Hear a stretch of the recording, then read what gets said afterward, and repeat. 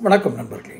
முன்னாள் பெண் செய்தி வாசிப்பாளர் ஒருவர் சுயசரிதை எழுதுகிறார். அந்த சுயசரிதையில் தமிழகத்தின் மிக முக்கியமான ஒரு அரசியல் தலைவருக்கும் அவருக்கும் இருந்த தொடர்பினை குறித்து அதில் விரிவாகவே எழுத இருக்கிறார் என்ற செய்தி நான் என்னுடைய இதில் வீடியோ வெளியிட்டிருந்தேன். அதை பற்றிய வீடியோக்கள் இருக்கும், ஷார்ட்ஸில் இருக்கும். இப்போது அந்த புத்தகம் வெளியானால் மிகப்பெரிய ஒரு தாக்கத்தினை ஏற்படுத்தும். ஒரு பெண் தொடர்பினால் ஒரு பெரிய அரசியல் தலைவருக்கு வாக்கு வங்கிகள் சிதறுமா, அல்லது அவர் பெண் வாக்காளருடைய வாக்குகளை இழப்பாரா? அத்தனை பெரிய தாக்கத்தை ஒரு பெண் சுயசரிதை எழுதினால் மட்டுமே ஏற்படுத்திவிட முடியுமா என்றெல்லாம் சந்தேகங்கள் இருக்கும். ஆனால் இந்த சந்தேகங்களை அந்த கட்சி சார்ந்தவர்களே அந்த தலைவரிடம் சொல்கிறார்கள். நீங்கள் கவலைப்படாதீர்கள், ஒரு சுயசரிதையில் வருவதை மட்டுமே வைத்துக்கொண்டு குறிப்பாக தமிழக வாக்காளர்கள் எதையும் தீர்மானித்து விட மாட்டார்கள் என்று கூறுகிறார். ஆனால் சுயசரிதை அத்தனை எளிதானதல்ல.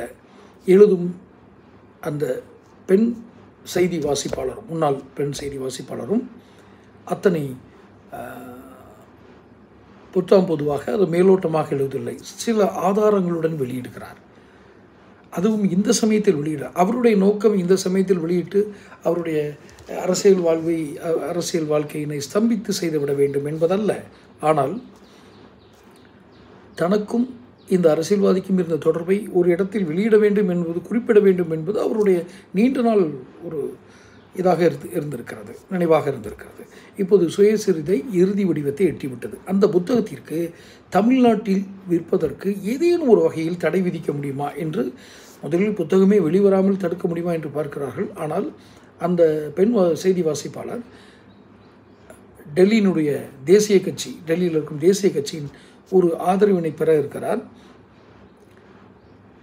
அந்த தேசிய கட்சி தமிழ்நாட்டில் இருக்கும் கட்சிகளுடன் என்ன மாதிரி உறவில் இருக்கிறது அல்லது உறவே இல்லாமல் இருக்கிறதா, இதெல்லாம் நான் சொல்ல விரும்பவில்லை. ஆனால் தேசிய கட்சியினுடைய ஆதரவு எடுக்கும் பொழுது புத்தகம் டெல்லியில் வெளியானாலும் அது தமிழ்நாட்டில் விற்பனையாகும். ஏனென்றால் புத்தகத்திற்கு அகில இந்திய அளவில் தடை விதிக்க முடியாது. இரண்டாவதாக, ஒரு புத்தகத்துக்கு தடை விதிக்க வேண்டும் என்றால் தகுந்த ஆதாரங்களுடன் நீதிமன்றத்துக்கு தான் செல்ல வேண்டும். பொதுவாக செய்ய முடியாது. அல்லது அந்த சுயசரிதையை வாங்கி எரிக்கும் வேளையில் எடுபடுவார்கள் யார், அரசியல் கட்சி சார்ந்தவர்கள் மிஞ்சி போனால்.